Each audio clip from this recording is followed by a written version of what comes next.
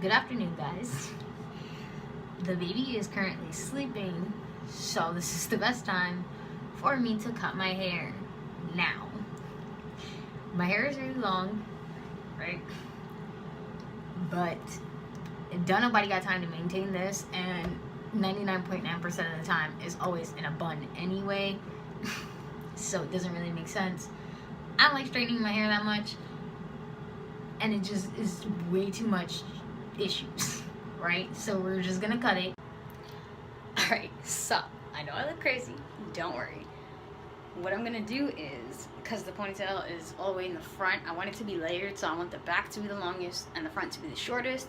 I'm gonna pull it to, I guess, what would you say, like more than what I want, because we don't have like room for error. So I'm gonna cut it a little bit and then see if I like it and, you know, go back and fix it.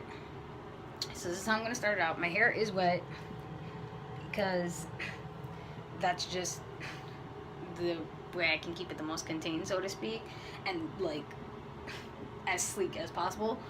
So yeah.